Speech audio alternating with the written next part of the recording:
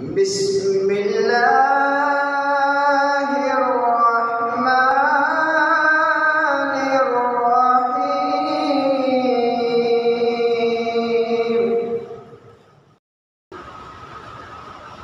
یا ایھا الناس قد جاءکم برہان من ربکم وانزلنا الیکم نورا مبینا۔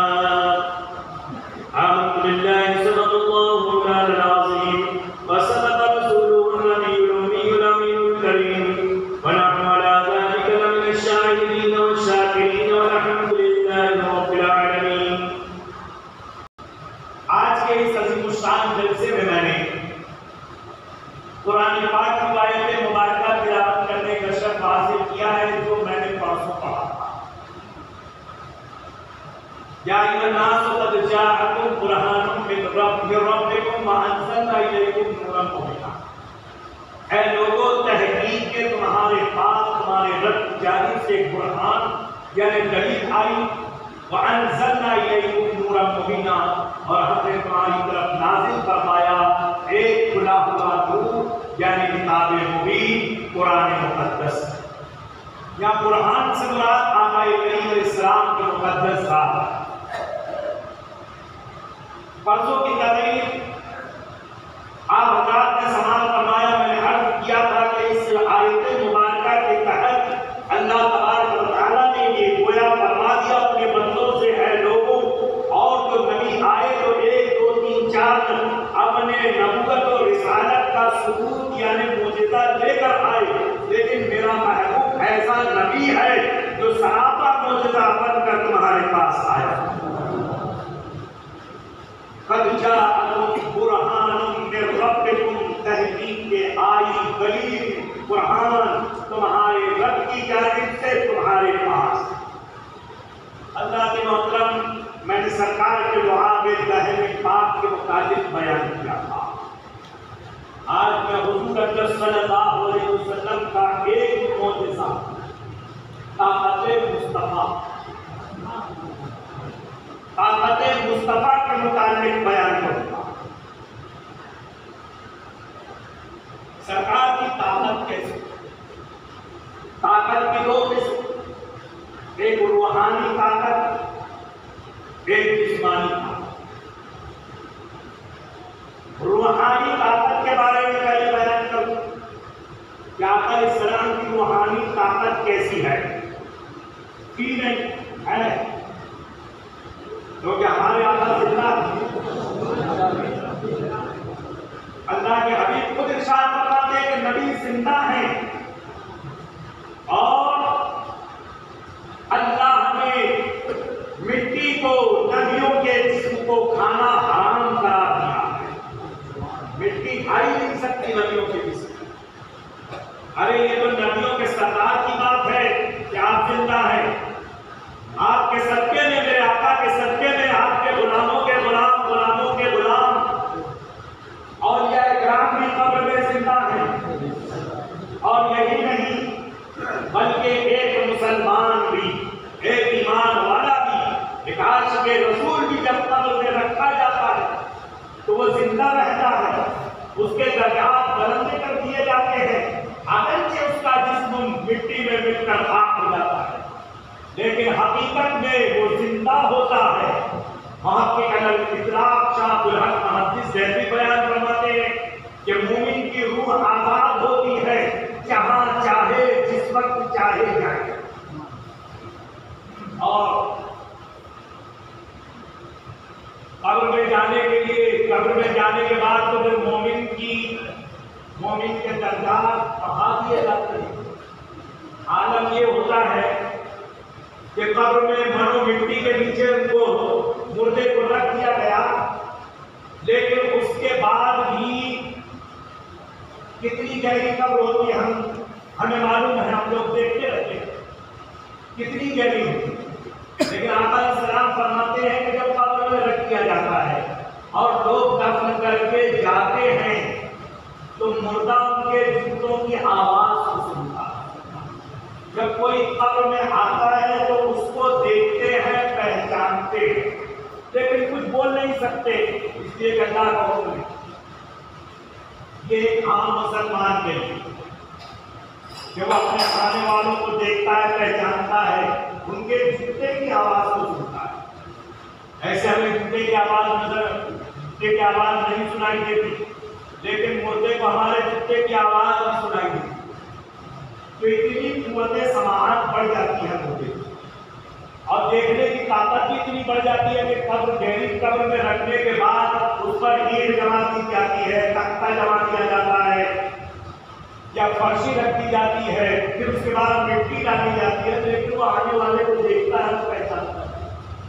کتنے درجات بلند کیے جاتے ہیں۔ اب ایک عام مسلمان کے درجات کا یہ عالم، تو پھر اللہ کے ولیوں کے درجات کا کیا عالم ہوگا؟ اور جب اللہ کے ولیوں کے درجات کا یہ عالم، تو صحابہ کے درجات کا کیا عالم ہوگا؟ صحابہ کا درجہ کیا ہے؟ پہلا درجہ مومن، کئی سے مومن کے بعد ولی، ولی کے بعد قطب، ابدال، اس کے بعد غوث، غوث کے بعد نبی، غوث کے بعد صحابی، صحابی کے بعد نبی۔ اب دیکھیے صحابی کس کو کہتے ہیں؟ جس نے اپنے سر کی آنکھ سے حالت ایمان میں اللہ کے رسول کو دیکھا اور حالت ایمان میں اس کا خاتمہ ہوا، وہ صحابی۔ اپنے سر کی آنکھ سے دیکھا، خواب میں نہیں، خواب میں دیکھنے والا صحابی نہیں ہوگا، سر کی آنکھ سے دیکھا ہو، حالت ایمان میں دیکھا ہو، کیونکہ ابو جہل نے بھی سر کی آنکھ سے دیکھا تھا لیکن حالت ایمان میں نہیں دیکھا، اللہ کے مطلب اس لیے وہ صحابی نہیں ہوگا۔ حالت ایمان میں دیکھا ہو، پھر حالت ایمان میں اس کا خاتمہ بھی ہوا۔ بہت سے ایسے بھی بدنصیب کرے ہیں جنہوں نے سرکار کو حالت ایمان میں دیکھا، کلمہ پڑھا، شرف اسلام میں دیکھا، سرکار کے سال کے بعد میں اسلام سے جڑ گئے، وہ آپ سے آگے نہیں کہہ رہے، حالت ایمان ان کا خاتمہ بھی ہوا۔ ایک صحابی کا مقام کیا ہے؟ صحابی کا مقام کیا ہے؟ سارے ولی، سارے قطب، سارے ابدال ہوئے زمین اور سارے غوث ایک پلے میں رکھے جائیں اور دوسرے پلے میں ایک اللہ کے رسول کا ادنا سا صحابی رکھا جائے تو اس صحابی کا درجہ سب سے بلند ہوگا۔ یہ صحابی کا درجہ ہے۔ جب صحابی کے درجے کا یہ عالم ہے تو نبی کے درجے کا کیا عالم ہوگا؟ اور جب نبی کے درجے کا یہ عالم تو نبیوں کے سردار، نبیوں کے امام کے درجے کا کیا عالم ہوگا؟ اللہ کے محترم، میں عرض کر رہا تھا کہ امام الانبیاء کی روحانی طاقت دیکھی، روحانی طاقت دیکھی۔ میں نے بیان کیا کہ طاقت دو قسم کی، ایک روحانی ایک جسمانی۔ روحانی طاقت دیکھیے کہ بعد وصال ہمارے آقا تو زندہ ہے، ہمارے آقا کے صدقے میں اولیاء کرام بھی زندہ ہیں، ایمان والا مومن بھی زندہ ہے۔ اللہ کے محترم، اب اللہ کے رسول صلی اللہ علیہ وسلم کی طاقت کا یہ عالم، روحانی طاقت کا یہ عالم ہے کہ آپ کے امتیوں میں نبیوں کے بعد سب سے مخلوق میں سب سے بلند درجہ صدیق اکبر، پھر فاروق اعظم، پھر عثمان غنی، پھر حیدر کرار، پھر عشرہ مبشرہ۔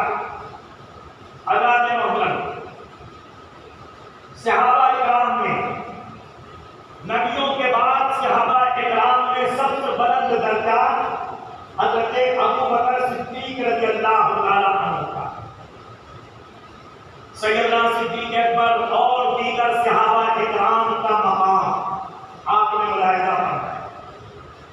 ایک صحابی ادنا سا صحابی کا کیا مقام، اور پھر تمام صحابہ کے جو سردار حضرت ابو بکر صدیق کے ان کے مقام کا کیا عالم۔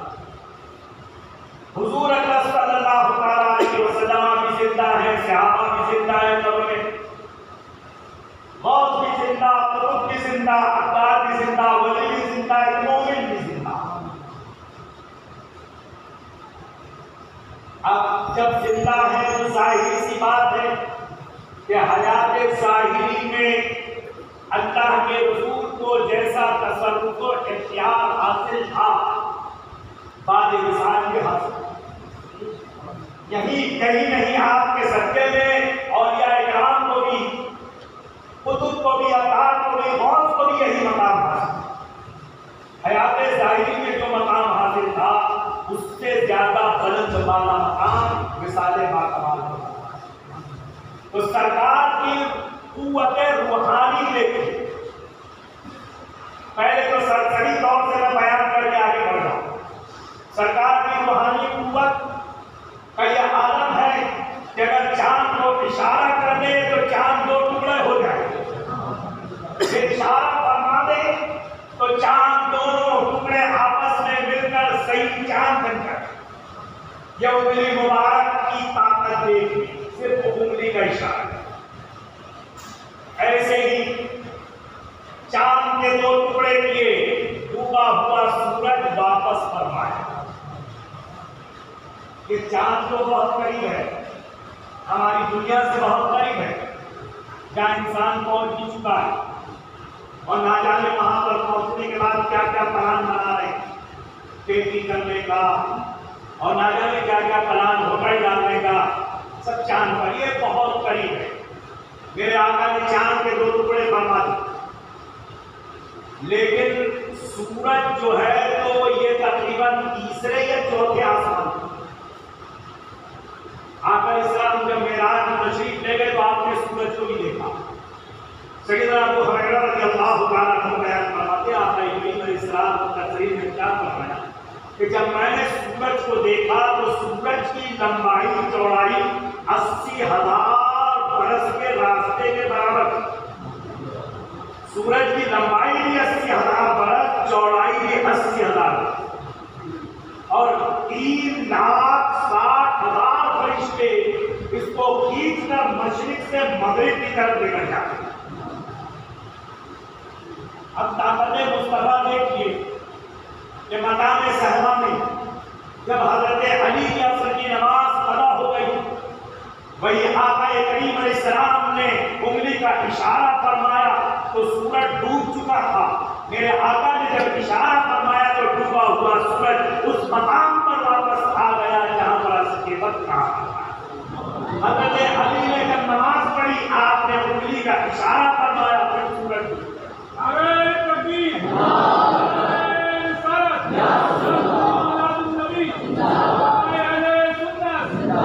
طاقت مصطفیٰ دیکھیے کہ 80,000 برس کا راستہ اس کی لمبائی، 80,000 برس کا راستہ اس کی چوڑائی، اور 3,60,000 فرشتے اس کو کھینچنے والے۔ ظاہر سی بات ہے جب انگلی کا اشارہ کر کے سورج کو واپس میرے آقا نے بلایا تو یہ سارے فرشتے بھی تو کھینچ کر آئے ہوں گے، یہ فرشتے بھی تو کھینچ کر آئے ہوں گے۔ میرے آقا نے انگلی کے اشارے سے، اس اشارے سے نہ صرف سورج کو کھینچا، سورج کو واپس بلایا، بلکہ وہ 3,80,000 فرشتوں کو واپس بلایا۔ اللہ یہ آقا کریم علیہ السلام کی روحانی طاقت، اور بادل بارش کا یہ بھی ہماری دنیا سے بہت قریب ہے، لیکن آقا کریم علیہ السلام کا بڑا مشہور معجزہ ہے کہ ایک مرتبہ جمعہ کے موقع پر اللہ کے حبیب صلی اللہ علیہ وسلم خطبہ ارشاد فرما رہے تھے منبر رسول پر، اور مکہ مکرمہ میں کئی دن ہو چکا تھا بارش نہیں ہوئی۔ مدینہ منورہ ہجرت کے بعد کا واقعہ، مدینہ منورہ میں کئی دن ہو چکا تھا بارش نہیں ہوئی، سوکھا پڑنے کا اندیشہ تھا۔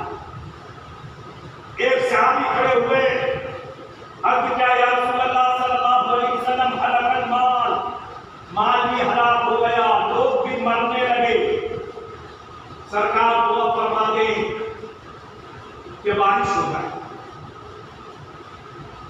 راوی بیان کرتے ہیں، یہ بخاری شریف وغیرہ میں یہ حدیث موجود ہے، راوی بیان کرتے ہیں کہ اللہ کے رسول صلی اللہ علیہ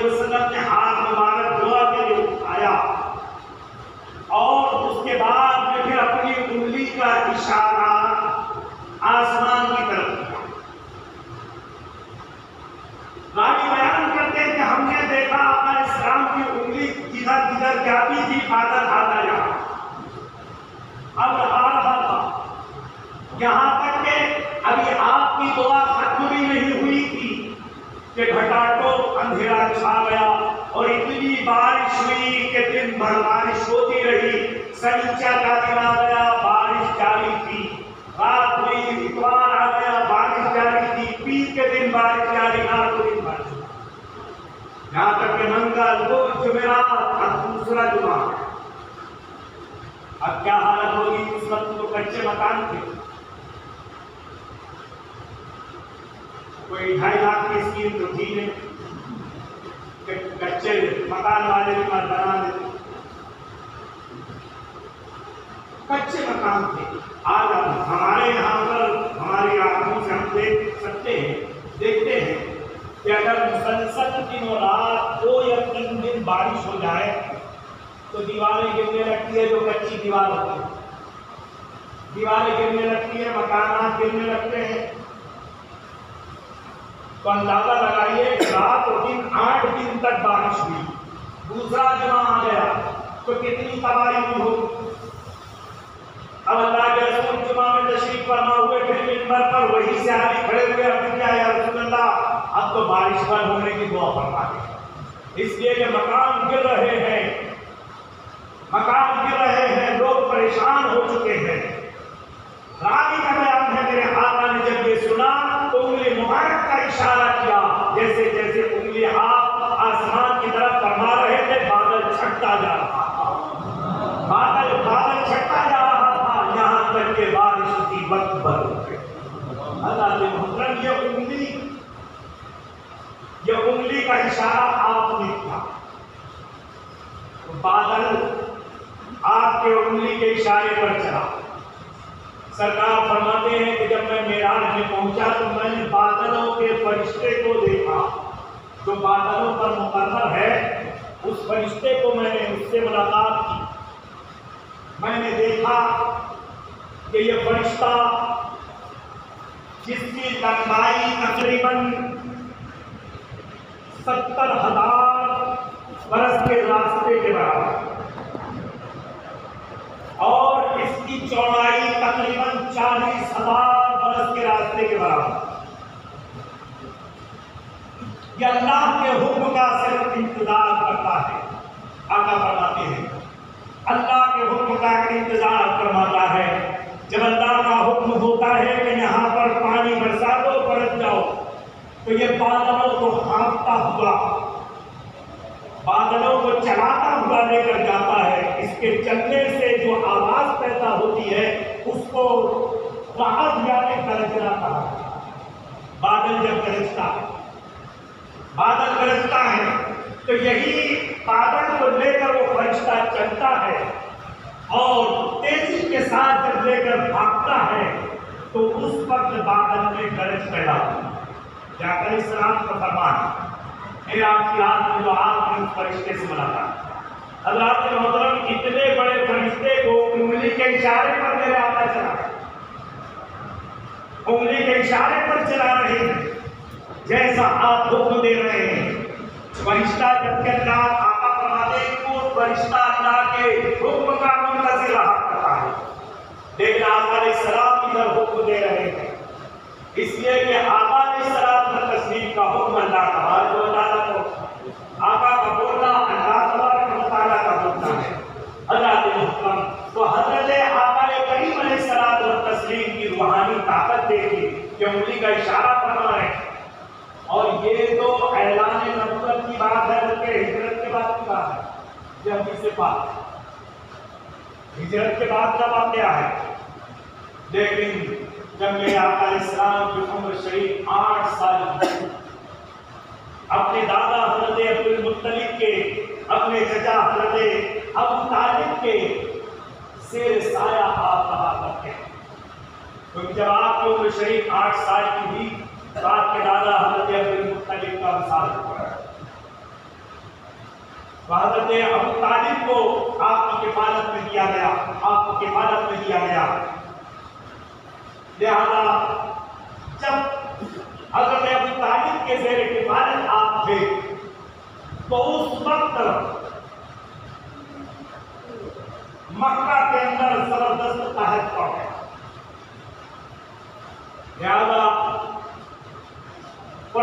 مکہ تمام سرداران مکہ نے آپس میں مشورہ کیا کہ اب بتوں کے پاس کیا ہے، اب بتوں سے فریاد کی جائے، بھگوان کچھ کریں گے، اللہ کے موقع۔ لیکن خدا کی شان دیکھیے کہ اسی وقت ایک حسین اور جمیل بزرگ وہاں پر جلوہ فرما ہوئے اور انہوں نے کہا کہ تمہیں کسی بت کے پاس میں جانے کی ضرورت نہیں، بلکہ تمہارے درمیان خود ایک ایسا شخص موجود ہے جو بانی کعبہ حضرت ابراہیم علیہ السلام کی اولاد میں سے ہے، جو خانہ کعبہ کا متولی بھی ہے، سجادہ رشید۔ وہ کون تھے؟ حضور کے چچا ابو طالب۔ تم لوگ ابو طالب کے پاس میں جاؤ، وہ خانہ کعبہ میں جا کر دعا کریں گے تو ان کی دعا سے بارش ہو جائے گی۔ لہذا تمام سرداران عرب حضرت ابو طالب کے پاس میں آئے اور کہنے لگے کہ ہمارے سردار، آپ جانتے ہیں کہ مکہ میں زبردست قحط پڑا ہوا ہے اور لوگ بھوک کے سبب مر رہے ہیں، جانوروں کو چارہ پانی نہیں مل رہا ہے، وہ بھی ہلاک ہو رہے ہیں۔ پانی نہ ہونے کے سبب سے آپ لوگوں کا آنا جانا بند ہو چکا ہے، ہم سب پریشان ہیں۔ آپ خانہ کعبہ کے متولی سجادہ رشید ہیں، آپ جائیے اور وہاں جا کر دعا کیجیے، آپ کی دعا سے ہمیں یقین ہے کہ بارش ہوگی۔ حضرت ابو طالب نے یہ سننے کے بعد میں کیا کیا؟ آقا علیہ السلام کو ساتھ میں لیا، آپ کی عمر شریف 8 سال کی، سرکار دو عالم صلی اللہ علیہ وسلم کو ساتھ میں لیا اور لے کر خانہ کعبہ کے پاس میں آئے۔ ایک روایت یہ ہے کہ ابو طالب نے حضور علیہ السلام کو کاندھے پر بیٹھایا اور کاندھے پر بیٹھا کر دیتا اور لانے کے بعد خانہ کعبہ کی دیوار سے پیٹ لگا کر حضور کو بیٹھا دیا۔ 8 سال کی عمر شریف میں میرے آقا بیٹھ گئے۔ ابو طالب دعا میں مشغول ہوئے، ابو طالب دعا کر رہے، آقا علیہ السلام اپنی انگلی مبارک کو آسمان پر چلا رہے۔ روایت میں آتا ہے کہ آقا علیہ السلام کو تسلیم میں اسی وقت اپنی انگلی آسمان کی طرف آپ نے گھمانا شروع کی، جس طرح انگلی جاتی تھی بادل چڑھے آ رہے تھے، یہاں تک کہ تھوڑی دیر میں اتنی بارش ہوئی کہ سارا عرب بارش سے نہال ہو گیا اور قحط ساری ختم ہو گئی۔ نعرہ تکبیر، نعرہ رسالت، انقلاب النبی، یہ اس وقت کی بات ہے جب میرے آقا نے اعلان نبوت نہیں فرمایا تھا، صرف 8 سال کی۔ اللہ کی محبت، یہ آقا علیہ الصلوۃ والتسلیم کی روحانی طاقت دیکھ،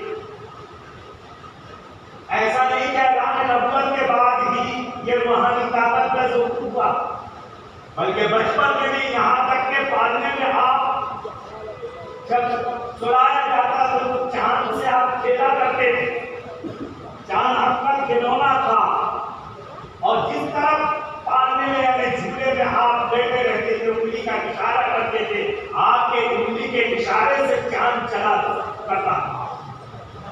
اسی سے متاثر ہو کر امام اہل سنت اعلیٰ حضرت عظیم البرکت رضی اللہ تعالیٰ عنہ فرماتے ہیں، چاند چھپ جاتا جدھر انگلی اٹھاتے محل میں، کیا چکتا تھا شام پر کھلونا دور تھا۔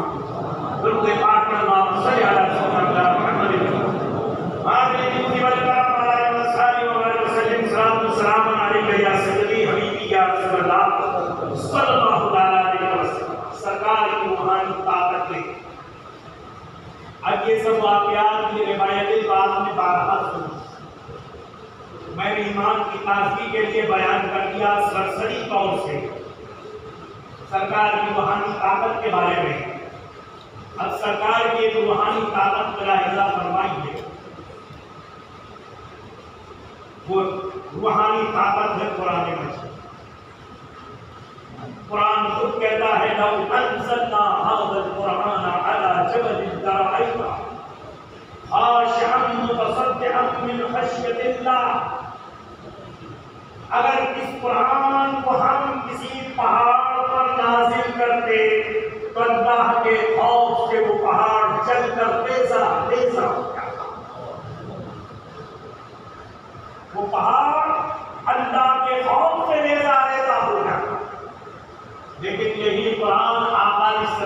مقدس دل میں نازل ہوا۔ دل کی طاقت مبارک دیکھیے کہ اتنے بڑے بوجھ کو آپ کے دل مبارک نے برداشت کیا، اور یہی نہیں آپ کے صدقے میں آپ کی امت کے چھوٹے چھوٹے بچوں کو بھی اللہ تبارک و تعالیٰ نے قرآن پاک کا یہ معجزہ عطا فرمایا ہے۔ یہ قرآن کا معجزہ ہے کہ وہاں مجھے قرآن ہوا کرتی ہے۔ 8 سال کا بچہ، 10 سال کا بچہ، 12 سال کا بچہ، آپ نے قرآن اپنے دل میں قرآن پاک کو کیے ہوئے ہیں۔ کیا کر اصرار و تسلیم کا معجزہ، ورنہ قرآن خود کہتا ہے کہ اگر یہ کسی پہاڑ پر نازل ہوتا تو پہاڑ ریزہ ریزہ ہوتا ہے، سرات اس کے بارش ریل کے بھوسے نکلنے لگتے، ایسا پہاڑ ہوتا تھا۔ لیکن آقا علیہ السلام کے دل مبارک کا اعجاز آقا کے صدقے میں آپ کی امت کے چھوٹے چھوٹے بچوں کو اللہ تبارک و تعالیٰ نے ہاتھ میں قرآن دیا، اور صبح قیامت تک کے ہاتھ میں قرآن بننے کا سلسلہ جاری ہے۔ اللہ کے محترم، جب غار حرا میں پہلی وحی نازل ہوئی، یہ وحی لے کر کون آئے؟ حضرت جبرائیل علیہ السلام، فرشتوں کے سردار۔ کیونکہ جبرائیل علیہ السلام کا کام ہی تھا نبیوں کے پاس جانا، اللہ کا پیغام دینا۔ کیا فرشتوں کے سردار نے ان کا بھی تعارف کرا دیا؟ جبرائیل علیہ السلام وہی تو نبیوں کے پاس لے جاتے تھے، نبیوں کے پاس لے جاتے تھے، اس کے پاس کتنی مرتبہ ہے؟ روایت کے مطابق حضرت آدم علیہ السلام کے پاس میں آپ 12 مرتبہ آئے۔ توجہ جاؤ، آدم علیہ السلام کے پاس میں 12 مرتبہ آیا۔ حضرت ادریس علیہ السلام کے پاس 4 مرتبہ آیا۔ حضرت نوح علیہ السلام کے پاس میں 50 مرتبہ آئے۔ حضرت ابراہیم علیہ السلام کے پاس میں 42 مرتبہ آئے۔ حضرت موسیٰ علیہ السلام کے پاس 400 مرتبہ آئے، اور حضرت عیسیٰ علیہ السلام کے پاس 10 مرتبہ آئے۔ 3 مرتبہ بچپن میں، یعنی عیسیٰ علیہ السلام کے بچپن کا زمانہ تھا، 3 مرتبہ عیسیٰ علیہ السلام، 7 مرتبہ عیسیٰ علیہ السلام کے بڑے ہونے کے بعد، اور حضرت ایوب علیہ السلام کے پاس سب سے کم 3 مرتبہ، اور یعقوب علیہ السلام کے پاس میں 4 مرتبہ ہے۔ لیکن ہمارے آقا کی ظاہری عمر مبارک کل 63 سال۔ حضرت نوح علیہ السلام کے پاس کتنے؟ آدم علیہ السلام کے پاس کتنی بار ہے؟ 12 مرتبہ۔ آدم علیہ السلام کی عمر 1000 سال سے زیادہ۔ حضرت نوح علیہ السلام نے تو 950 سال تک تو تبلیغ اسلام فرمایا، یعنی تقریباً 1000 سال سے زیادہ آپ کی عمر ہے۔ آدم علیہ السلام کے بعد 12 مرتبہ گئے، نوح علیہ السلام کے پاس میں آپ صرف 50 مرتبہ گئے۔ میرے آقا کی عمر شریف صرف ظاہری عمر شریف 63 سال کی تھی۔ میرے آقا کے پاس روایات کے مطابق حضرت جبرائیل علیہ السلام 24,000 مرتبہ تشریف لائے، 24,000 مرتبہ آئے۔ جبرائیل علیہ السلام کا تعارف میں پیش کر رہا ہوں۔ آپ فرشتوں کے سردار ہیں، اللہ نے آپ کو بڑا حسین پیدا فرمایا۔ ایک روایت میں آتا ہے کہ 600 آپ کے پر ہیں، ایک پر سے دوسرے پر کے درمیان اتنا فاصلہ ہے جتنا مشرق سے مغرب تک۔ ہر ایک پر کے درمیان اتنا فاصلہ ہے جتنا مشرق سے مغرب تک۔ حضرت جبرائیل علیہ السلام نے ایک دن اپنے آپ کو دیکھا، بڑے خوش ہوئے کہ اللہ نے بڑا حسین مجھے پیدا کیا۔ تو رب کی بارگاہ میں عرض کیا، مولا کیا تم نے مجھ سے زیادہ بھی خوبصورت کسی کو پیدا کیا؟ اللہ نے فرمایا نہیں، میں نے تجھ سے زیادہ خوبصورت نہیں پیدا کیا۔ توجہ چاہوں گا، اللہ کا کتنا احسان ہے ہم گناہگار امت مصطفیٰ۔ جبرائیل علیہ السلام نے عرض کیا مولا مجھ سے زیادہ حسین کسی کو پیدا کیا داد فرمایا نہیں. اس سے خوش ہو کر جبرائیل علیہ السلام شکرانہ نماز ادا کرنے کے لیے 2 رکعت پڑھنے کے لیے کھڑے ہوئے تو دونوں رکعت میں آپ کا قیام پہلا قیام بھی 20,000 برس کے برابر تھا. یعنی 20,000 سال تک قیام فرمایا پہلا بھی اور 20,000 برس دوسرا قیام فرمایا. اس طرح 2 رکعت نماز ادا کی. جب نماز مکمل ہو گئی تو اللہ نے فرمایا کہ جبرائیل تو نے میری عبادت کا حق ادا کر دیا. واقعی تو نے میری عبادت کی اور عبادت کا حق ادا کر دیا. لیکن یاد رکھنا جبرائیل تو نے میری عبادت کی. کیسی عبادت کی یاد رکھیے کہ دونوں قیام میں 20,000 برس لگ گیا. 20,000 برس تک کھڑے رہے. اللہ نے فرمایا تم نے میری عبادت کا حق ادا کر دیا. ایسی عبادت کی لیکن آخری زمانے میں میں اپنا محبوب جناب محمد رسول اللہ صلی اللہ علیہ وسلم کو دنیا میں مبعوث کروں گا. اس کی امت بڑی کمزور اور ناتواں ہوگی اور فکر میں ڈوبی ہوئی ہوگی, گناہوں میں پھنسی ہوئی ہوگی اور ٹوٹی پھوٹی تک کیسے بھی کسی بھی طریقے سے میرے محبوب کی وہ امت صرف 2 رکعت نماز ادا کرے گی. تو جبرائیل تیری 2 رکعت سے میرے محبوب کی امت کی وہ 2 رکعت افضل و بہتر ہوگی. اس لیے کہ وہ میرے محبوب کا امتی 2 رکعت نماز ادا کرے گا تو میرے حکم سے ادا کرے گا اور تم نے 2 رکعت نماز ادا کیا اپنی چیزیں ادا کیا. تکبیر نعرہ رسالت تصدیق میلاد النبی عقیدہ صحابہ. ٹوٹی 2 رکعت اللہ خود فرما رہا ہے کہ میرے محبوب کا وہ امتی ٹوٹی 2 رکعت پڑھے گا.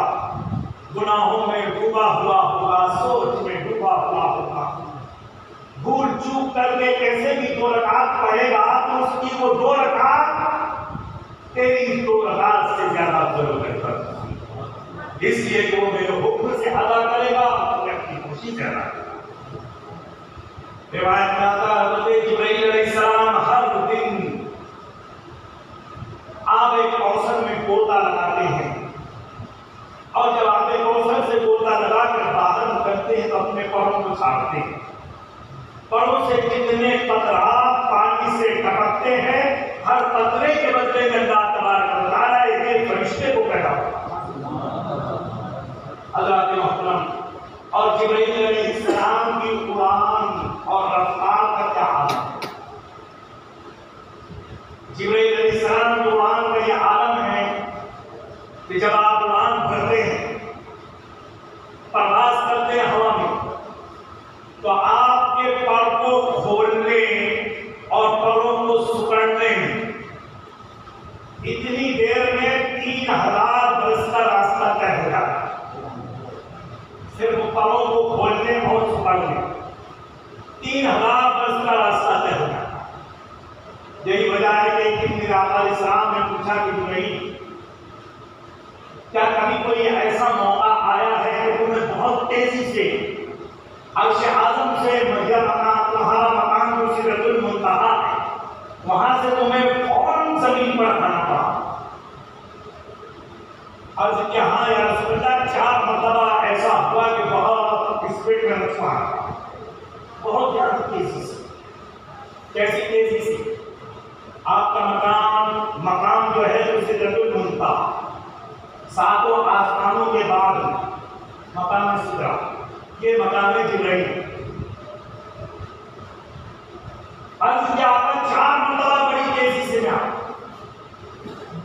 پہلی مرتبہ اس وقت جب حضرت ابراہیم علیہ السلام کو آگ میں ڈالا گیا, گوبر میں رکھ کر آگ میں پھینک دیا گیا.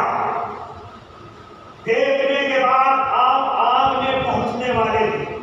اندازہ لگائیے کتنی دیر لگی. پل کوفن سے آپ اس آگ میں پڑنے ہی والے تھے، اس وقت میں سدرۃ المنتہا میں تھا۔ رب کا حکم ہوا جبرائیل فوراً جاؤ، اور ابراہیم کو ہاتھ میں پہنچے مت دینا، بلکہ اپنے پاؤں کے اوپر لے گیا، یعنی کوفن میں سے آپ کو پھینک دیا گیا، آگ میں بس پہنچ رہے ہیں، اور سدرۃ المنتہا سے جبرائیل علیہ السلام فوراً اس مقام پر پہنچے، اور ابراہیم علیہ السلام کو آگ میں پہنچنے سے پہلے اپنے پاؤں پر لے گیا، اور وہ آگ گلے گلزار بن گئے۔ اللہ کا حکم ہوا قلنا یا نار کونی بردا وسلاما علی ابراہیم۔ دوسری مرتبہ یا رسول اللہ بہت تیزی سے مجھ کو زمین پر آنا پڑا۔ وہ اس وقت جب ابراہیم علیہ السلام کے بیٹے حضرت اسماعیل علیہ السلام کو قربانی کے لیے باپ نے رضائے الہی کی خاطر ذبح کرنے کے لیے زمین پر لٹا دیا، تیز چھری ہتھیلی پر رکھ دی گئی، بس ابراہیم چلانے ہی والے تھے کہ میں مقام عرش مجید پر تھا۔ رب کا حکم ہوا کہ جبرائیل ابراہیم کے چھری چلانے سے پہلے پہنچو اور جنت سے دمبا لو، اور دمبا لے جا کر اسماعیل کو الگ کرو، اس کی جگہ دمبے کو نکالو۔ کتنی دیر لگے گی؟ ہتھیلی پر چھری رکھ دی گئی، اب چلانا ہے۔ اتنی دیر میں جبرائیل مقام عرش سے جنت میں گئے، جنت سے دمبا لیا، دمبے لے کر آپ وہاں پر پہنچے، اسماعیل کو الگ کیا، لٹایا، اللہ کا حکم ہوا چھری چلاؤ، اب چھری چلا دیا، دمبا سے بات اتنی دیر میں۔ اور یہ کب ہوا؟ جب ابراہیم علیہ السلام امتحان میں کامیاب ہو گئے، کامیاب ہوئے یعنی چھری تو چلا دی۔ یہ روایت تو آپ نے سنا ہوگا کہ کئی مرتبہ اپنی طاقت سے آپ نے چھری چلائی، مگر وہ چھری نہیں چلی۔ اب چھری نہیں چلی تو باپ بیٹے دونوں امتحان میں کامیاب ہو گئے، جو اللہ کی جانب سے امتحان تھا، دونوں اس میں کامیاب ہو گئے۔ اور کامیاب ہونے کے بعد اب اللہ نے سب کو فرمایا کہ جبرائیل جاؤ اور دمبا لے جا کر اسماعیل کی جگہ لگا۔ تیسری مرتبہ یا رسول اللہ کو بہت تیزی سے اس وقت آنا پڑا جب اللہ کے نبی حضرت یوسف علیہ السلام کو ان کے بھائیوں نے کنویں کے اندر ڈال دیا، کنویں میں ڈال دیا، کنویں میں پھینک دیا۔ عرش مجید پر تھا، اللہ کا حکم ہوا فوراً جاؤ، اور یوسف کے کنویں میں پہنچنے سے پہلے ایک روایت میں ہے کہ اپنا پر اٹھا دو، ایک روایت میں ہے کہ اس کنویں سے کوئی پتھر نکالو اور اس پتھر پر یوسف کو بیٹھا دے۔ لہٰذا حضرت جبرائیل علیہ السلام فوراً اللہ کا حکم پا کر پہنچے اور یوسف علیہ السلام کو پتھر پر بیٹھا دیا۔ جبرائیل علیہ السلام ذکر کرتے یا رسول اللہ چوتھی مرتبہ بہت تیزی سے جب مجھے آنا پڑا مقام سدرہ سے زمین پر، تو اس وقت جب کافروں نے آپ کے دانت مبارک کو جنگ احد میں شہید کر دیا،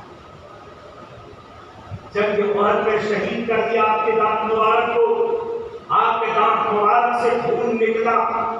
اب خون زمین پر ٹپکنے ہی والا تھا کہ رب کا حکم ہوا جبرائیل جلدی جاؤ، میرے محبوب کا خون زمین پر ٹپکنا نہیں چاہیے، ایک قطرہ بھی میرے محبوب کا اگر زمین پر گر گیا تو قیامت تک یہ پوری ہوئے زمین نہ کوئی درخت اگا سکتی نہ کوئی سبزہ اگا سکتی، لہٰذا جلدی پہنچو اور اس کو اپنے ہاتھوں میں لے لو۔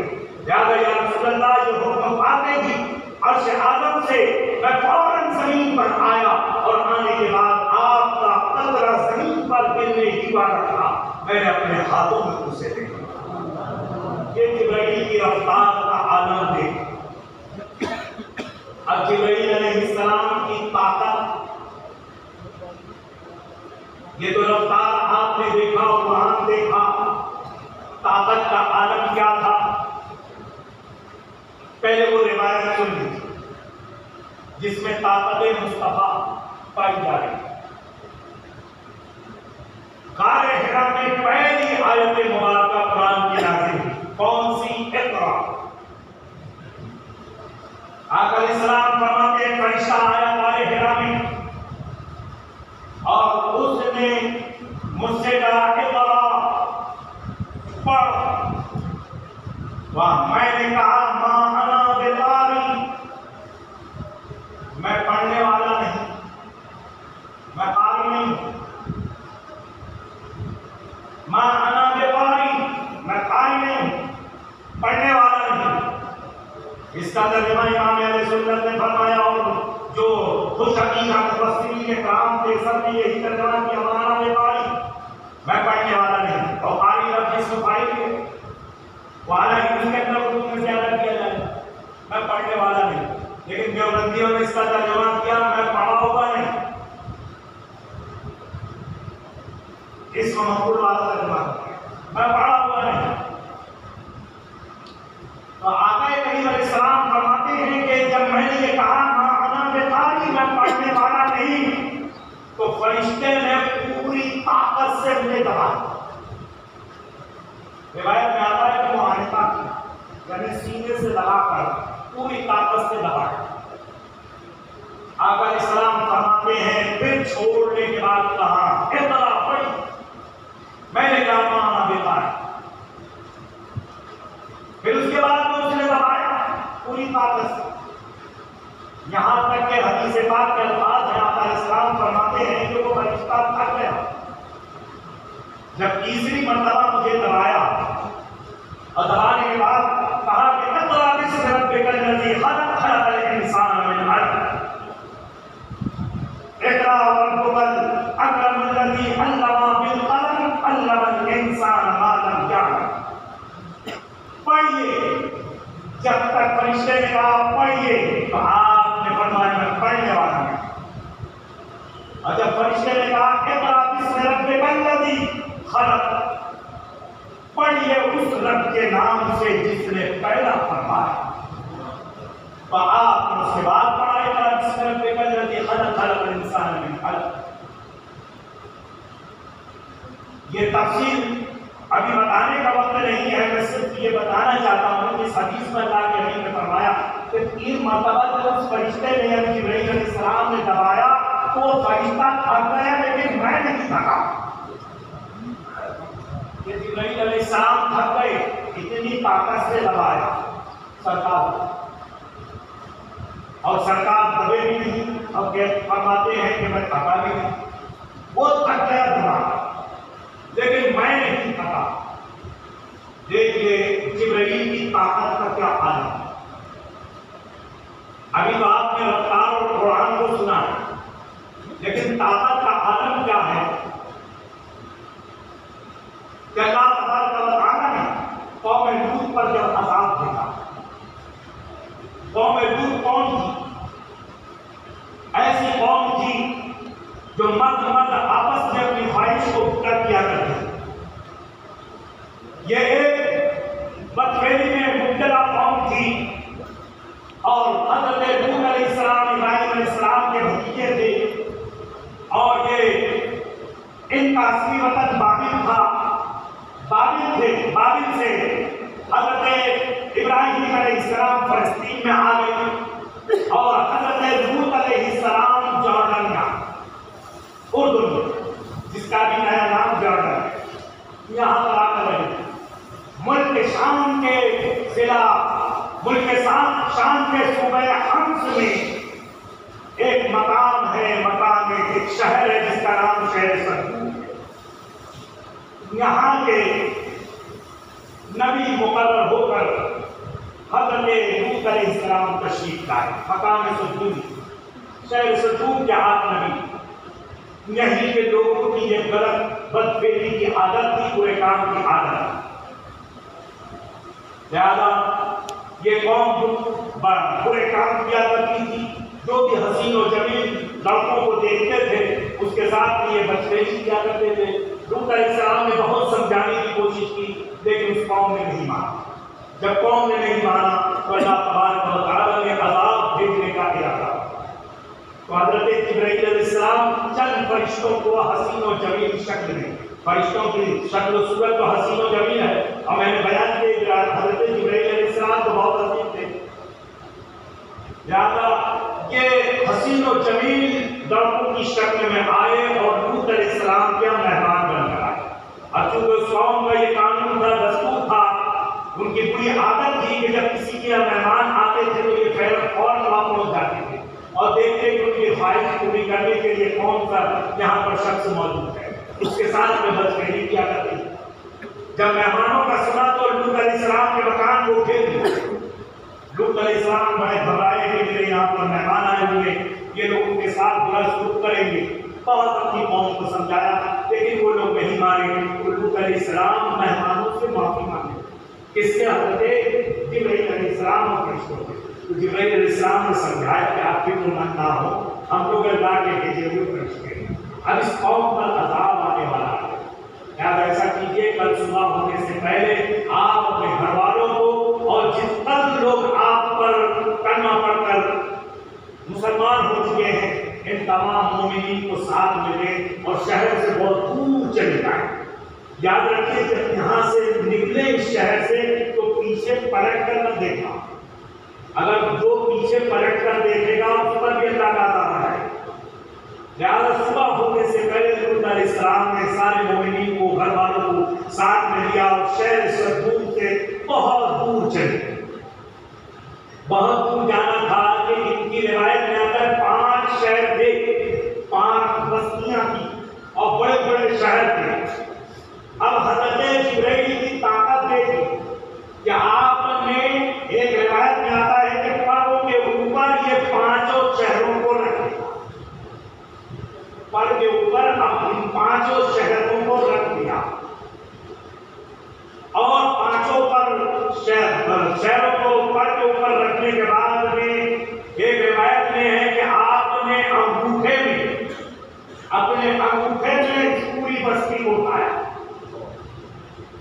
انگوٹھے میں پوری بستی کو اٹھایا اور اٹھانے کے بعد میں آپ لے کر چلے. بہرحال پر پکڑ کر چلیے کہ پروں پر 5 شہروں کو اٹھا کر آپ اتنی آسمان میں اتنا لمبا پرواز آپ نے کیا کہ جو پروں پر سوار تھے بستی کے لوگ ان کو آسمانوں پر رہنے والوں کے گفتگو کرنے کی آواز بھی سنائی دی.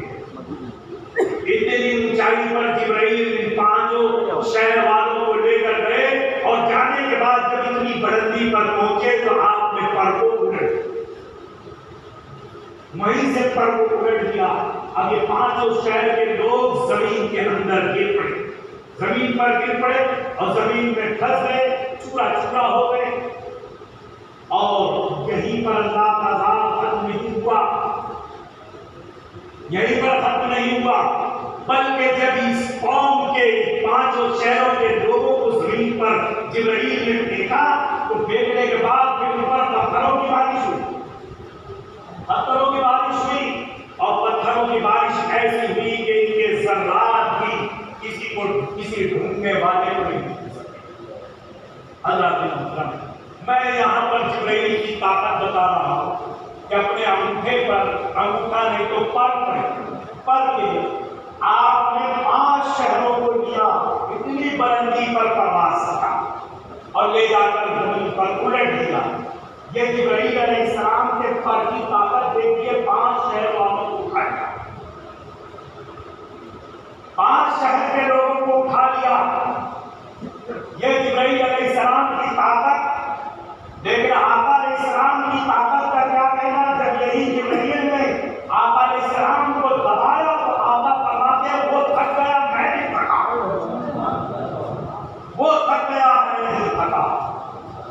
طاقت مصطفیٰ دیکھیے اور طاقت جبرائیل دیکھیے. درود پاک اللہ سیدنا محمد محمد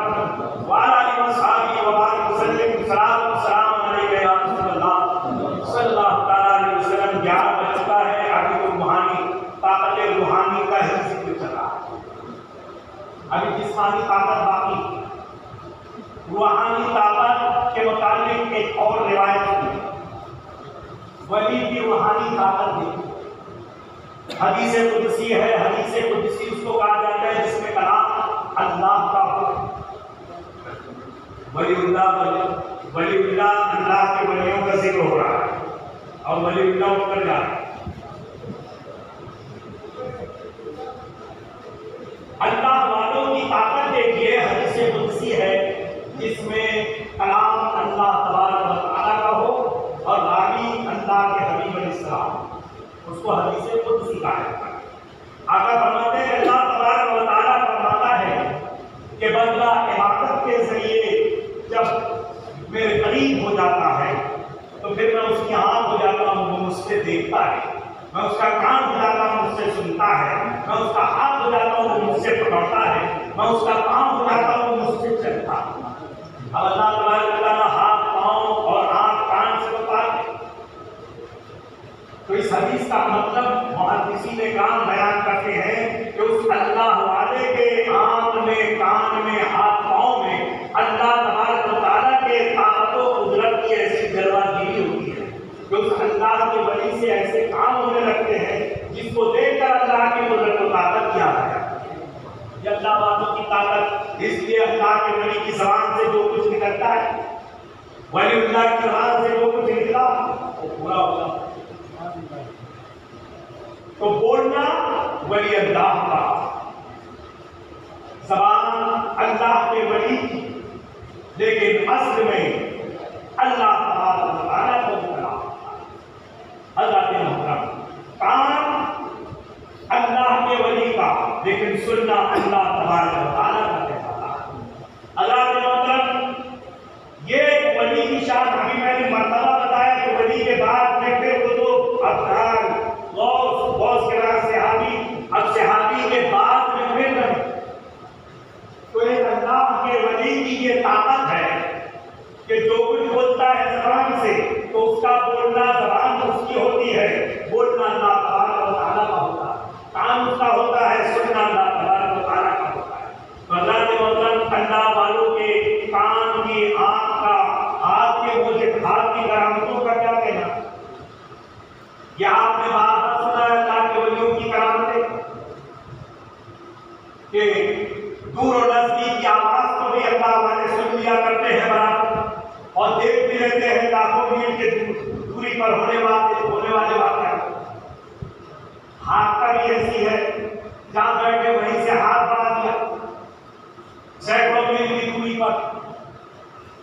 اللہ کے محترم، دیکھنا اور سننا اللہ کے ولی کا کیسا ہوتا ہے، ایک بات میں بیان کر اس پر سمجھ جائیے، بہت سے واقعات کا ہو جائے گا، لیکن پیران پیر دستگیر غوث اعظم رضی اللہ تعالیٰ عنہ جب آپ نے اللہ کے حکم سے برسر منبر ایک مرتبہ یہ اعلان کیا کہ قدمی حاضر کی علامت کل ولی اللہ، میرا یہ قدم ہر اللہ کے ولی کی گردن پر ہے۔ روایت میں آتا ہے کہ پورے زمین پر جتنے اللہ کے ولی تھے سب نے غوث اعظم کے منبر کے اس اعلان کو سنا۔ یہ اللہ والوں کی طاقت تھی، سننے کی طاقت، اور ایک غوث اعظم کے بولنے کی طاقت کہ آپ نے بغداد کے منبر پر فرمایا اور پورے زمین پر جو جہاں جہاں تھا، پہاڑ کی غار میں تھا، کسی تنہائی میں جنگل میں تھا، سب نے اس آواز کو سنا۔ غریب نواز تھے اس پر تو خراسان کے ایک پہاڑ، تو غریب نواز نے یہ آواز سن لیا۔ روایت میں آتا ہے کہ آواز سننے کے بعد میں اس حکم کی تعمیل سب سے پہلے ہندوستان کے بادشاہ غریب نواز نے کروائی۔ خراسان کے پہاڑ کے غار میں جا کے عبادت میں مشغول تھے۔ غوث اعظم نے بغداد کے منبر سے اعلان کیا میرا یہ قدم ہر اللہ کے ولی کی گردن پر ہے۔ تو اسی وقت شہنشاہ ہندوستان عطا رسول غریب نواز نے اپنی گردن جھکا کر عرض کیا بند اللہ سے لگائیں، اے غوث اعظم آپ کا قدم مبارک ہماری گردن پر کیا بلکہ ہمارے سر پر ہماری آنکھ پر ہے۔ غریب نواز نے غوث اعظم کے اعلان کو سنا، حکم کی تعمیل کی اور یہ کہا بل اللہ راس بلائیں، آپ کا قدم مبارک نہ صرف ہمارے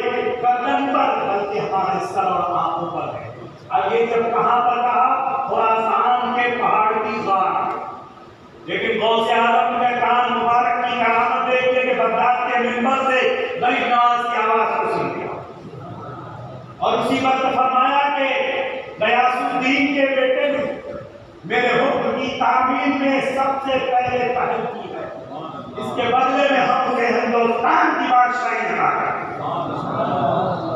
حضرات محترم، تو جو جہاں جہاں دعویٰ ولی تھا سب نے اس آواز کو سنا اور سب نے گردن کو جھکا دیا۔ غوث اعظم نے بغداد کے منبر سے دیکھ لیا کس نے گردن اٹھایا، کس نے تعمیر کی، کس نے انکار کیا۔ انکار کسی نے نہیں کیا تھا، ایک بزرگ تھے شیخ سنانی، وہ بھی بغداد سے سینکڑوں میل کی دوری پر، بس انہوں نے انکار کر دیا اور اکڑ گئے، کہنے لگے غوث اعظم آپ کا قدم دوسرے ولیوں کے گردن پر ہوگا لیکن میری گردن پر نہیں۔ اب وہ سینکڑوں میل کی دوری پر انکار کیا، لیکن غوث اعظم رضی اللہ تعالیٰ نے بغداد کے منبر سے اعلان کرنے کے بعد اس اعلان کی تعمیل کس نے کیا یہ بھی سنا، کس نے انکار کیا یہ بھی سنا۔ تو شیخ سنانی کے انکار کو بھی سن لیا اور شیخ سنانی کو دیکھ بھی لیا اور منبر سے ہی فرمایا کہ شیخ سنانی کی قدم پر اگر میرا قدم نہیں تو سور کا قدم تھا۔ غوث اعظم نے فرمایا زبان دیکھیے اللہ کے ولی، کان دیکھیے اللہ کے ولی کا، آنکھ دیکھیے اللہ کے ولی۔ شیخ سنانی کو دیکھ بھی لیا، انکار بھی کر لیا، پہچان بھی لیا، اس کی آواز بھی سن لیا، انکار کو بھی سن لیا، فرما دیا کہ اگر میرا قدم اس کی گردن پر نہیں تو سور کا قدم۔ اب یہ بھی تو غوث اعظم کی زبان سے نکلا، وہ کر رہا کیسے ہوا؟ اتاب غوثیت اشکال ہوئی شیخ سنانی یہ انکار کرنے کے بعد 400 مریدوں کو لے کر حج کرنے چلے۔ راستے میں عیسائی لڑکی پر عاشق ہو گئے 3 سال۔ پیر لوگ بھی عاشق مزاج ہوتے ہیں، زیادہ 3 سال عاشق ہو گئے، ایک عیسائی کی لڑکی پر نکاح کا پیغام دیا۔ عیسائیوں نے کہا کہ ایسے نکاح نہیں کریں گے، ہمارا دستور ہے عیسائیوں کا کہ جو ہونے والا داماد ہوتا ہے شادی سے پہلے اس داماد کو کچھ دن تک ہمارے سور چرانا پڑے گا۔ اگر یہ کام کے لیے آپ تیار ہیں تو ٹھیک ہے، ہمیں رشتہ منظور ہے۔ شیخ سنانی اس کے لیے بھی تیار، سارے مرید بزن ہو کر چلے گئے، صرف وہ 2 مرید ساتھ میں رہے۔ وہ بڑے سچے عقیدت مند تھے اپنے پیر کے، وہ بڑے عقیدت مند تھے، وہ سمجھ گئے کہ غوثیت بارگاہ غوثیت میں میرے پیر نے گستاخی کی ہے، لہذا غوثیت کا کتاب پڑھ رہے ہوگا ایک دن انشاءاللہ تعالیٰ یہ کام ختم ہو جائے گا۔ انہیں امید تھی، اسی امید پر اپنے پیر کا دامن نہیں چھوڑا۔ حضرات محترم، اور واقعی 400 مریدین جو ساتھ میں تھے ان میں جو صحیح کام کیا تو یہی 2 مرید۔ ہماری نظر میں اگر ہم نے پیر بنا لیا واقعی اعلیٰ حضرت کے فرمان کے مطابق سنی صحیح کا عقیدہ ہو، اتنا شریعت کا علم ہو کہ کتاب کھول کر دیکھ سکے، اتنا علم ہونا چاہیے۔ اگر سنی صحیح کا عقیدہ اتنا پڑا ہوا پیر ہے، واقعی آپ نے اگر پیر بنا دیا ہے تو عقیدت اور یہ پیر جو آپ نے بنایا ہے اس کا یہ تقاضا ہے کہ پیر چاہے کچھ بھی حرکت کرے، پیر چاہے کچھ بھی حرکت کرے آپ کو اس کی طرف توجہ نہیں دے گا۔ اس کا اور تبارک و تعالیٰ کا کیا معاملہ ہے؟ بس آئیے ہماری نظر میں وہ شراب پیا لیکن حقیقت میں کیا ہے یہ اللہ تبارک و تعالیٰ جانتا ہے۔ جیسے منصوب اولیاء کرام کے متعلق کہ ہماری نظر میں منصوب اولیاء کرام جو اولیاء کرام ہوتے ہیں مست ہوتے ہیں، ہماری نظر میں تو یہ ہوتا ہے کہ وہ نماز نہیں پڑھتے، گندے رہتے ہیں، برسوں نہاتے نہیں ہیں، کپڑے نہیں بدلتے ہیں، منہ سے گالیاں نہیں کرتے ہیں، لیکن حقیقت میں وہ قطب ہوتے ہیں، شاید ان کو ہم پہچان نہیں سکتے۔ تو ایسے پیروں کا معاملہ ہے، اگر اعلیٰ حضرت کے فرمان کے مطابق صحیح پیر ایسا ملا تو وہ چاہے اس کے اعمال کیسے بھی ہوں کیسے ہی عام ہو، آپ نے پیر بنا لیا تو اس کو پیر آپ مان لیا۔ 400 مریدوں میں جو صحیح کام کیا تو یہی دونوں مرید، وہ تو بدل ہو کے چلے گئے، لیکن یہ دونوں مریدوں نے صحیح کام کیا، پیر کا ساتھ نہیں دیا اور سمجھ گئے کہ آگے وہ صرف میرے پیر پر پڑا، ایک دن انشاءاللہ تعالیٰ موسے پاک کرم فرمائیں گے اور یہ بات ختم ہو جائے گا۔ شیخ سنانی ہونے والے سسرال کے خنزیر چرانے لگے، دونوں مرید بیچارے روتے تھے، گڑگڑاتے تھے، اللہ کی بارگاہ میں دعا کرتے تھے، غوث کے مقام میں استغاثہ پیش کرتے تھے۔ ایک دن شیخ سنانی سور چرا رہے تھے کہ خنزیر کا ایک بچہ جو صحیح طریقے سے چل نہیں سکتا تھا، شیخ سنانی نے اٹھایا اور اٹھا کر لے کر دھن پر رکھ دیا۔ اور زیادہ کا فرمان پورا ہوا کہ اگر شیخ سنانی کی گردن پر میرا قدم نہیں تو سور کا قدم۔ یہ اس طریقے سے پورا ہوا۔ اللہ کے محترم، اب اس کے بعد میں نکاح کا وقت آ گیا۔ عیسائیوں نے کہا ہمارا دستور ہے ہونے والا داماد جب گرجا گھر میں آتا ہے تو ایک ہاتھ میں سور کا گوشت کا پیالہ ہونا، دوسرے ہاتھ میں شراب ہونا، یہ دونوں ایک ایک پیالہ لے کر آئے۔ پھر اس کے بعد نکاح ہوا۔ شیخ سنانی نے دونوں پیالہ ہاتھ میں ایک ایک ہاتھ میں لیا اور لے کر گرجا گھر کی طرف روانہ ہوئے۔ اب یہ منظر دیکھ کر دونوں مریدین تو بے قرار ہو گئے اور اسی وقت بغداد مقدس کی طرف رخ کیا اور روتے ہوئے اپنے پیر کی بارگاہ میں اب پیران پیر کی بارگاہ میں استغاثہ پیش کیا کہ حضور اب تو حد ہو چکی ہے، ہمارے پیر و مرشد کی خطا معاف کر دیجیے، سرکار ہمارے پیر کو معاف کر دیجیے۔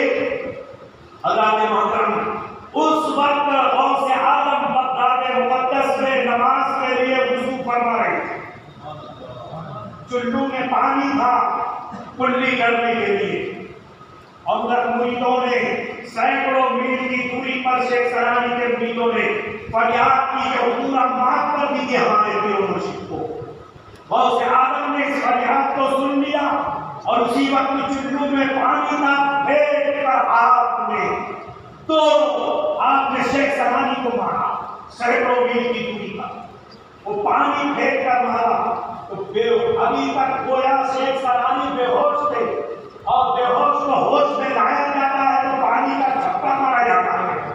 یہ ایک چلو غوث اعظم کے دست مبارک کے پانی ایک چلو پانی پڑا شیخ سنانی کے چہرے پر، یہ پانی کا پڑنا تھا کہ شیخ سنانی کو گویا ہوش آ گیا، اور اسی وقت آپ نے دونوں پیالے کو پھینک دیا اور استغفر اللہ پڑھتے ہوئے دونوں مریدوں کے پاس آئے، کہنے لگے بغداد شریف چلو، اور جب بغداد پہنچنا تو میرا منہ کالا کر دینا، چہرہ کالا کر دینا، میرے ہاتھ پاؤں کو رسیوں میں جکڑ کر باندھ دینا اور ایسی حالت میں بارگاہ غوث اعظم پہ پیش کرنا، اس لیے کہ سرکار غوث اعظم کی بارگاہ کا مجرم، میرا یہ حال ہے صاحب دیکھ کر شاید غوث اعظم کو رحم آ جائے اور میری غلطی کو معاف کروا دے۔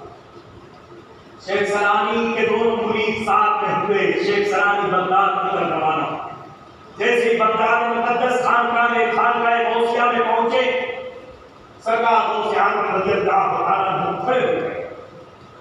اس وقت جو ولایت تھی شیخ سنانی کی، جب انکار کیا تھا تو غوث اعظم نے چھین لی۔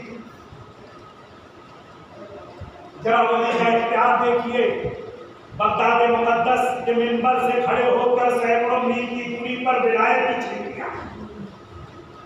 اب غوث اعظم کی بارگاہ میں جب شیخ سنانی شرح اللہ ہو کر آئے تو حضور سیدنا غوث اعظم رضی اللہ تعالیٰ عنہ نے معاف فرما دیا اور فرمایا پہلے غسل خانے میں جاؤ، وہاں غسل کر کے آؤ۔ آپ غسل کر کے آئے، آنے کے بعد سرکار غوث اعظم نے سینے سے لگایا اور چھنی ہوئی جو ولایت آپ نے چھینا تھا اسے دوبارہ واپس فرما دیا اور یہ ارشاد فرمایا کہ شیخ سنانی جو میں نے یہ اعلان کیا تھا کہ میرا یہ قدم اللہ کے ولی کی گردن پر ہے، کہ میں اپنی طرف سے نہیں کیا تھا، رب تبارک و تعالیٰ کے حکم سے میں نے اعلان کیا۔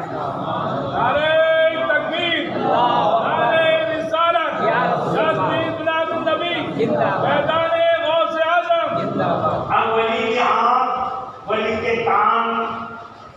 کہ دیکھنے کی طاقت، سننے کی طاقت کیا ہوتی ہے آپ اندازہ لگا لیا، اور ہاتھ کی طاقت کیا ہوتی ہے کہ بغداد کے منبر سے کھڑے ہو کر ولایت کی چھین کیا۔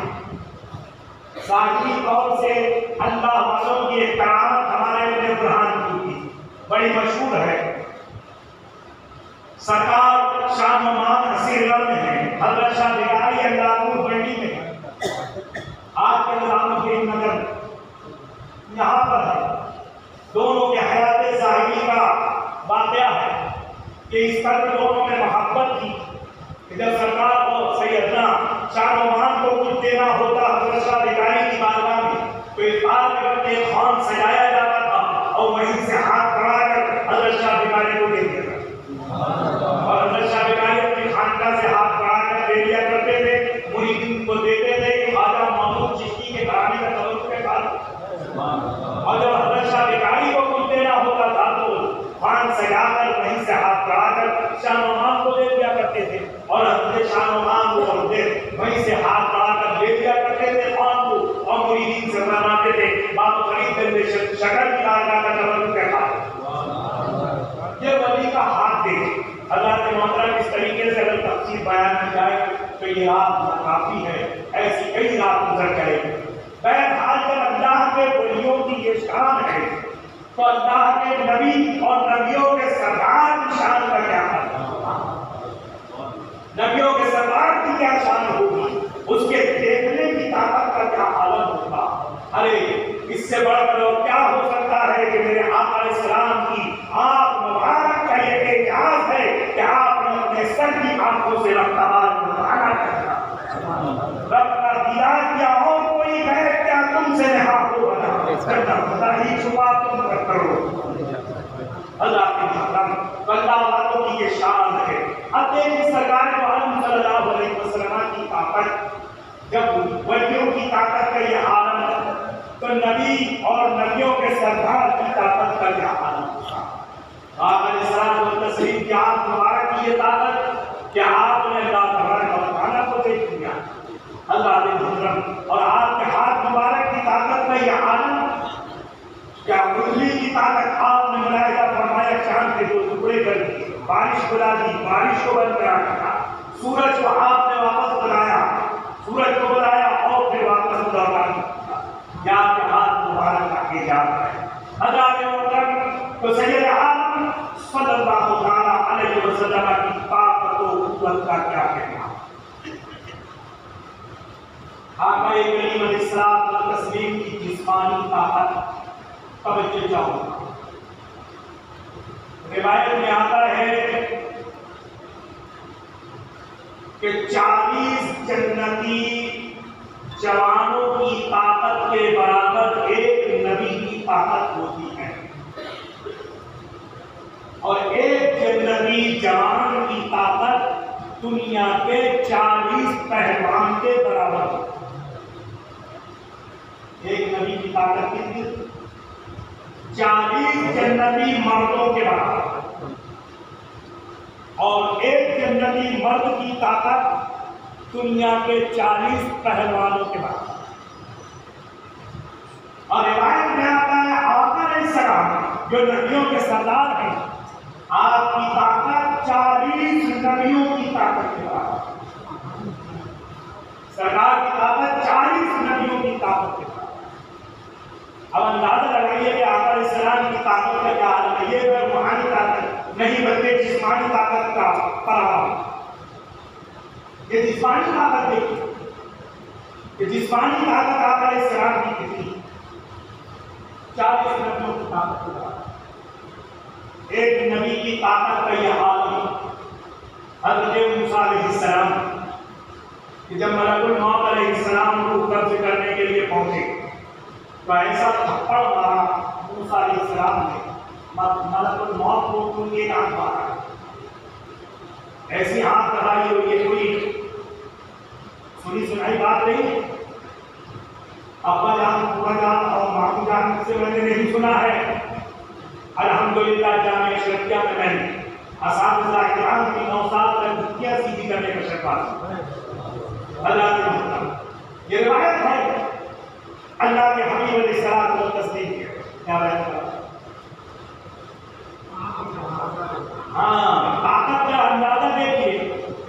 علیہ السلام نے ایک تھپڑ مارا تو ملک الموت کی آنکھ باہر آ گئی۔ اب ویسی آنکھ لیے ہوئے حضرت ملک الموت علیہ السلام اللہ کی بارگاہ میں پہنچے، کہنے لگے اگر وہ تیرا مقبول نبی نہیں ہوتا تو بتا دیتا میں۔ اللہ نے فرمایا کہ ٹھیک ہے، پروردگار عالم کی عظمت کا یہ عالم ہے کہ وہ کن کہتے تو جا ملک الموت کی آنکھ درست ہو گئی۔ پھر دوبارہ موسیٰ علیہ السلام کے پاس بھیجا۔ روایت میں آتا ہے کہ موسیٰ علیہ السلام جب حضرت ملک الموت علیہ السلام اس واقعے کے پہلے جب کسی کے پاس جاتے تو بالکل ڈائریکٹ پہنچ جاتے، اب یہ واقعے کے بعد میں چھپ کر جانے لگے، یہ واقعے کے بعد میں چھپ کر جانے لگے۔ بہرحال موسیٰ علیہ السلام کے پاس میں وہ پہنچے اللہ کے حکم سے دوبارہ، اور اللہ نے فرما دیا تھا کہ جا کر موسیٰ سے کہنا کہ میں اللہ کے حکم سے آیا ہوں اور میں بہن پر ہاتھ رکھتا ہوں، آپ بہن پر ہاتھ رکھیے اور آپ کے ہاتھ کے نیچے جتنے بہن کے بال آئیں گے اتنے سال آپ کو برباد کریں۔ تو موسیٰ علیہ السلام کے جا کر انہوں نے جبرائیل علیہ حضرت ملک الموت علیہ السلام نے یہی کہا، تو حضرت موسیٰ علیہ السلام نے پوچھا کہ اس کے بعد کیا ہوگا؟ تو ملک الموت علیہ السلام نے کہا کہ اس کے بعد تو مرنا ہے۔ آپ نے فرمایا جب مرنا ہے تو پھر ابھی روح کر دوں۔ اب دوبارہ جو ہے تو حضرت ملک الموت علیہ السلام نے روح کر دیا۔ اب ملک الموت علیہ السلام میں کوئی معمولی طاقت نہیں۔ سرکار فرماتے ہیں جب میں معراج میں پہنچا تو ملک الموت علیہ السلام کو میں نے دیکھا، ان کا قد، ان کا ایک پاؤں پل صراط پر اور دوسرا پاؤں جنت کے طاقت پر، جسم اتنا بڑا ہے آقا فرماتے ہیں کہ اگر پورے زمین کے تمام دریاؤں تمام سمندروں کا پانی ملک الموت کے جسم پر ڈال دیا جائے تو سارا پانی وہاں ختم ہو جائے گا، ایک قطرہ بھی زمین پر گرنے نہیں پائے گا۔ زمین پر ایک قطرہ بھی نہیں گرے، اتنا بڑا جسم ہے کہ سارے دریاؤں کا سمندروں کا پانی ان پر ڈال دیا جائے گا اور وہ جسم میں ہی ختم ہو جائے گا۔ اب اتنا بڑا جسم، لیکن اصلی حالت میں حضرت ملک الموت علیہ السلام روح قبض کرنے کے لیے بھی تیار، اور موسیٰ علیہ السلام کے پاس پہنچے تھے تو نبی کی طاقت دیکھیے۔ اب ظاہر سی بات ہے ملک الموت علیہ السلام کی بھی معمولی طاقت نہیں ہوگی، لیکن نبی کی طاقت دیکھیے کہ ایک تھپڑ مارا تو ہاتھ باہر کر دیا حضرت محمد، اور آقا علیہ السلام کی طاقت تو 40 نبیوں کے برابر ہے۔ اور آقا کے طاقت کا کیا حالت ہوگا، جسمانی طاقت دیکھیے کہ آقا علیہ السلام نے بھی کشتی لڑی لیکن کسی اکھاڑے میں پہلوانی نہیں، کشتی لڑی۔ آپ کے پاس جو طاقت تھی خدا کی دی ہوئی طاقت۔ روایت میں آتا ہے کہ روکانہ نبی ایک پہلوان تھا جو عرب کا بڑا مشہور بہادر تھا، پہلوان تھا، بہت دادا گیری چلتی تھی اس کی، کوئی اس کے قریب نہیں جاتا تھا، سب لوگ گھبراتے تھے، قبیلے کا قبیلہ اس سے کانپتا تھا، لیکن وہ مسلم پر اسلام نہیں ہوا تھا۔ ایک دن آقا علیہ السلام و تسلیم کے پاس سے گزرا تو آقا کو دیکھ کر رک گیا، کہنے لگا محمد صلی اللہ علیہ وسلم تم ہی ہو جو ہمارے لات اور عزا، اس کے بتوں کا نام تھا، ان کو برا بھلا کہتے ہو اور ان کو خدا نہیں مانتے، ایک خدا کی دعوت دیتے ہو۔ آقا علیہ السلام نے فرمایا کہ ہاں میں لات اور عزا کو خدا نہیں مانتا بلکہ میرا رب ایک ہے، وہ رب العالمین ہے۔ حضرت محمد یہ سننے کے بعد اس نے کہا کہ ٹھیک ہے میں تمہارے رب پر ایمان، آپ نے پہلے ایمان کی دعوت دی، اسلام کی دعوت پیش کی، اس نے کہا کہ اسلام کو قبول کر لوں گا لیکن پہلے آپ کو کشتی لڑنا ہے۔ آقا علیہ السلام تیار ہو گئے اور آپ نے کشتی لڑی، ہاتھ پکڑا اور اسے ٹھیک کر دیا۔ وہ بڑا حیران ہوا کہ آج تک کسی نے مجھے گرایا نہیں زمین پر، کہ محمد صلی اللہ علیہ وسلم تو کسی اکھاڑے میں پہلوانی نہیں کی اور انہوں نے مجھے شکست دے دیا۔ اٹھ کر کھڑا ہوا کہنے لگا کہ ایک مرتبہ اور رہے، جب میں آپ پر ایمان لایا، آقا علیہ السلام نے 2 بار بھی چپ کر دیا، پھر کہنے لگا 1 مرتبہ اور، تب میں آپ پر ایمان لاؤں گا۔ آقا علیہ السلام نے تیسری بار بھی چپ کر دیا۔ اب جب تیسری بار گرا دیا تو روایت میں آتا ہے کہ اٹھ کر کہنے لگا کہ میرے خداؤں نے تو کوئی نہیں مدد کی، لیکن تمہارے خدا نے تمہاری مدد کی۔ یہ کہنے کے بعد میں وہ جا رہا تھا، ایک روایت میں کہ چلا گیا تھا، اور جب فتح مکہ ہوا اس وقت کرنا پڑ کر مشرف اسلام تھا، اور ایک روایت میں کہ اسی وقت آقا علیہ السلام کے قدموں میں گر کر وہ کلمہ پڑھ کر مشرف اسلام گیا۔ اس کا لڑکا بھی تھا پہلوان ابن پہلوان، اس کا لڑکا بھی تھا یزید ابن رکان، یہ بھی پہلوان تھا۔ اب ظاہر سی بات ہے، بیٹا پہلوان، باپ پہلوان تو بیٹا بھی پہلوان، اور بیٹے کی طاقت تو باپ سے زیادہ ہو عمر کے حساب سے۔ اگرچہ باپ ہے، باپ کو زیادہ معلوم لیکن بیٹے کو کم۔ حضرت شیخ صاحب نے رحمۃ اللہ تعالیٰ نے گلستان واقعہ سے لکھا، ایک استاد تھے پہلوان تھے، تو تمام شاگردوں کو انہوں نے داؤ سکھایا۔ ایک شاگرد سے بہت زیادہ محبت کرتے تھے، بہت قریب رکھتے تھے۔ استاد چاہے کسی فن کا ہو، شاگردوں میں سے کوئی ایک شاگرد تو اس کے قریب رہتا ہے، اور وہ بڑا خوش نصیب ہوتا ہے جو اپنے استاد کے قریب رہتا ہے۔ لہٰذا ایک شاگرد سے زیادہ محبت کرتے تھے۔ وہ استاد کو 360 داؤ یاد تھے، وہ لڑکے کو 359 داؤ سکھاتے، لیکن 60واں داؤ نہیں سکھایا۔ لڑکا بہت کہتا رہا، وہ سکھا دیجیے کہاں سیکھ لینا ہے، تو اب اسی سے لڑو۔ لیکن جب وہ طاقت میں زیادہ ہو گیا استاد سے، ایک دن بادشاہ کے سامنے اس نے دعویٰ کیا کہ استاد کہیں نہیں رکھتے رہا ہے، طاقت میں استاد کہیں نہیں رکھتے، بس استادی کی حیثیت سے وہ مجھ سے بڑے ہیں، ورنہ طاقت میں کم نہیں۔ بادشاہ کو بڑا ناگوار ہوا، اس نے کہا ٹھیک ہے میں مقابلہ کرواتا ہوں۔ اس نے پوری سلطنت کے تمام اراکین کو بلایا، پہلوانوں کو بلایا، جمع کیا، کشتی کا مقابلہ ہوا۔ حضرات محترم، جب میدان کے اندر وہ مست ہاتھی کی طرح آیا